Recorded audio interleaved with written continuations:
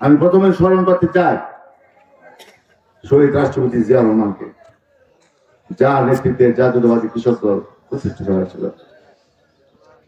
আমি সর্বশেষ সবচেয়ে বেশি স্মরণ করতে চাই যে হাজার হাজার ছাত্র জনতা, কৃষক, শ্রমিকের রক্তের বিনিময়ে হাজার হাজার মানুষের হাত, পা, কান, নাক, চোখ পঙ্গু হওয়ার কারণে আজকে আমরা এই মুক্ত বাতাসে বসে সভা করছি। তাদেরকে আমরা শ্রদ্ধা জানাই, সম্মান জানাই। সংগ্রামী বন্ধুগণ, এখানে অনেকে বক্তব্য দিয়েছেন, বলেছেন শেখ হাসিনা এর নাম লয় কোনো আমার মনে পাপ হবে। গতকালকে দেখেছি, পরশুদিনও দেখেছি, জাতিসংঘ থেকে জাতিসংঘ যে টিম এসেছিল সেটা প্রতিবেদন দাখিল করেছে। শেখ হাসিনা পৃথিবীর মধ্যে সবচেয়ে বেশি অত্যাচার, নির্যাতন করেছে এবং গণতন্ত্রকে হত্যা করেছে। গতকালকে সারা বিশ্বের একটি তদন্ত সংস্থা প্রকাশ করেছে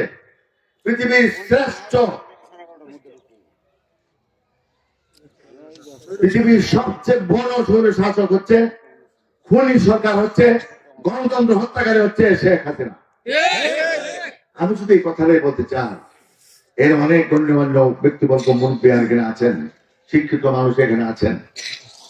এই ফেরাউন, নমরুদ থেকে শুরু করে যাদের পতন হয়েছে পৃথিবীর ইতিহাসে, হাজার বছর ইতিহাসে পৃথিবীর কোথাও কোনদিন ফ্যাসিস্ট খুনি সরকার আবার পুনর্বার প্রতিষ্ঠিত হয়েছে এর ইতিহাস আছে? তার নিয়ে আমাদের কোন চিন্তা করার দরকার নেই।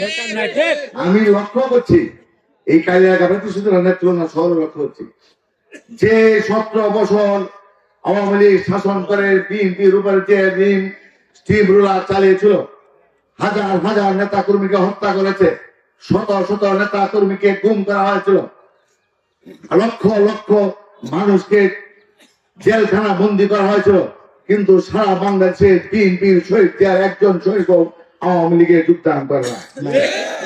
কিন্তু এখন আমরা দেখছি এখানে শুরু করে শহর আমরা দেখি শেখ হাসিনা, আমার ভাই বলেছে, কোটি কোটি নেতা কর্মীদেরকে ফেলে রেখে ভারতে চলে গিয়েছে মোদির দেশে। সেই কারণে আজকে আমরা কি দেখছি, হাজার হাজার আওয়ামী লীগের সমর্থক সাধারণ কর্মী বিএনপির মিছিলে উঠছে আশ্রয়ের জন্য। আমরা তাদেরকেও স্বাগত জানাই, তাদের আসলে ঘৃণা করা উচিত আওয়ামী লীগকে। সংগ্রামী বন্ধুগণ, আমার বক্তব্য করতে চাই না। আমি এর আগেও গত বছরও এইখানে বলে গিয়েছিলাম, বুয়াহলার মোড়ে আওয়ামী লীগের এমন এক সময় আসবে, শেখ হাসিনার এমন ভাবে পতন হবে, দেখবেন বাংলাদেশ কেন পৃথিবীর কোন দেশে শেখ হাসিনার জায়গা হবে না ভারত ছাড়া। ঠিক। এখন আপনারা লক্ষ্য করেছেন কত দেশে শেখ হাসিনা আশ্রয়ের জন্য প্রার্থনা করেছে, কোথাও তাকে জায়গা দেয় না, ভারত ছাড়া কোথাও তাদের জায়গা দেয়। তাই সংগ্রামী বন্ধুগণ, গতকালকেও তারেক রহমান সম্পর্কে বলেছে আমার ভাই তারেক রহমান, গতকালকেও বলেছেন, আজকে অনেক জায়গায় অনেক ধরনের বিভিন্ন ধরনের আমরা কথা শুনতে পাই। বিএনপির নাম নিয়ে বিভিন্ন ভাবে মানুষকে দরবারের নামে, টেন্ডারবাজির নামে বিভিন্ন ভাবে অত্যাচার করা হচ্ছে। তারেক রহমান গতকালকেও বলেছে, দুঃখ লাগে যারা আজকে কষ্ট করেছে, নির্যাতিত হয়েছে, বছরের বছর মাসের মাস জেল খেলেছে, তারাও যদি এই ধরনের কথাবার্তা বলে, এই ধরনের কর্মকাণ্ডে লিপ্ত, তাদেরকেও যদি আমি বহিষ্কার করে আমার একটু কষ্ট লাগবে না। টেবিল হান্ট চলছে, টেবিল হান্ট। টেবিল হান্ট বলতে টেবিল তো শয়তান, হান্ট মানে ধরো, শয়তান ধরো। এখন কিন্তু ধরছে কয়েকদিন যাবৎ আওয়ামী লীগের যত বড় বড় শয়তান, 5টা এসপি ধরা বসে ভুল এমপি। এই আজকে ছাত্রলীগের আগের যে সাদ্দাম সিনিয়র সেক্রেটারি, সেও কিন্তু আজকে ধরা হয়েছে গাইবান্ধাতে। টেবিল হান্ট ধরছে শয়তান। এর আওয়ামী লীগের সব ধরা পড়ে আর অন্যান্য দলের যারা টেবিল হ্যান্ড আমরা সব, এরাও কিন্তু আস্তে আস্তে ধরবে। কারণ এই দেশে আর কোন ধরনের সন্ত্রাস চলবে না, এই দেশে আর গণতন্ত্র হত্যা করতে দেওয়া হবে না, এই দেশে আর আইনাগর প্রতিষ্ঠিত করতে দেওয়া হবে না, এই দেশে আর গুম করতে দেওয়া হবে না। এই দেশে হাজার হাজার লক্ষ লক্ষ মিথ্যা মামলা করতে দেওয়া হবে না। সংগ্রামী বন্ধুগণ, তাই আমি বলতে চাই, আমরা, আমার ছোট ভাই বলেছে, আমরা আজকে নিজেরা নিজেদের মধ্যে ঐক্যবদ্ধ করতে হবে এবং আদর্শ সংগঠন জনগণ ছাড়া।